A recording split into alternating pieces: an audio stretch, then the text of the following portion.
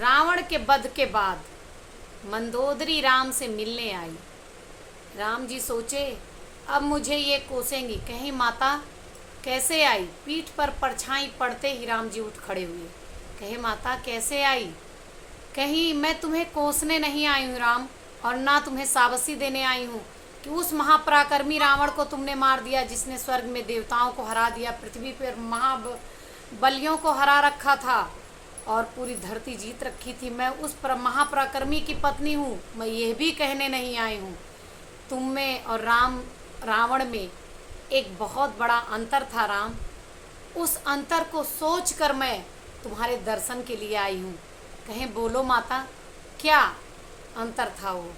कहें एक तुम हो राम कि पराई स्त्री की परछाई पड़ते ही उठ खड़े हुए, और एक रावण था जो मेरी जैसे सुदर्शना पत्नी होते हुए भी दूसरे की स्त्री उठा लाया। इस बात को सोचकर मैं आपसे मिलने आई हूँ।